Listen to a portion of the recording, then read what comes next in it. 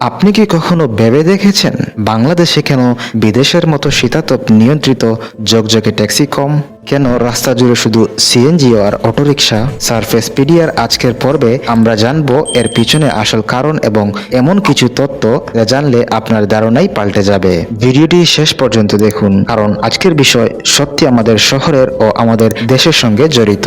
তো প্রশ্ন হচ্ছে, ইউরোপ আমেরিকায় ট্যাক্সি মানে বড় বড় গাড়ি, আরামদায়ক সেবা, কিন্তু বাংলাদেশে কেন তার বদলে সিএনজি অটোরিকশা? কেন এত পার্থক্য? প্রথম কারণ অর্থনৈতিক সক্ষমতা।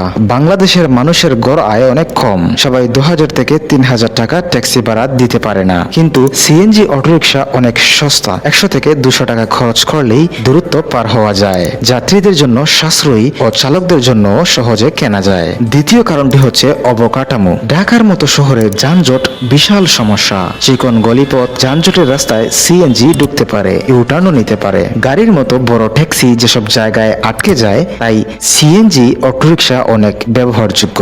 তৃতীয় কারণটি হচ্ছে জ্বালানি ও খরচ। গ্যাস সস্তা এবং বাংলাদেশের প্রচুর পরিমাণে পাওয়া যায়। সিএনজি মানে কম খরচে বেশি মাইলেজ। বড় ট্যাক্সি হলে পেট্রোল বা ডিজেল অনেক বেশি লাগতো, এতে চালকদের লাভ কমে যেত, যাত্রীদের ভাড়া বেড়ে যেত। আরেকটা গুরুত্বপূর্ণ দিক, নীতিমালা। দেশের সরকার সিএনজি অটোরিকশার লাইসেন্স দিয়েছে শহরে গণপরিবহন সমাধান হিসাবে। মিটার ভাড়া নির্ধারণ করা হয়েছে। বড় ট্যাক্সি অপারেটররা সেভাবে ব্যবসা করতে আগ্রহী হয়নি, কারণ বিনিয়োগ বেশি, লাভ তুলনামূলক কম।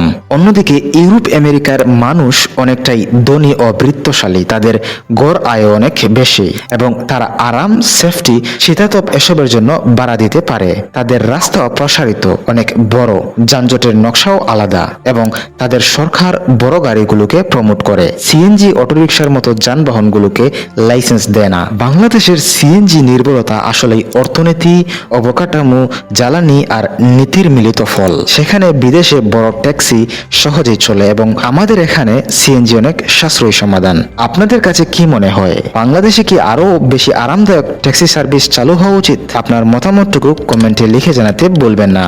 ভিডিওটি ভালো লাগলে লাইক দিন, বন্ধুদের সাথে শেয়ার করুন। বিছানায় বসে খাবার খেলে কোন 5টি ক্ষতি হয় জানতে চাইলে এই ভিডিওটি দেখতে পারেন। সারফেস পিডিয়া চ্যানেলে নতুন হয়ে থাকলে চ্যানেলটি সাবস্ক্রাইব করে বেল আইকনে ক্লিক করুন, যাতে পরবর্তী ভিডিওর আপডেট পেতে পারেন।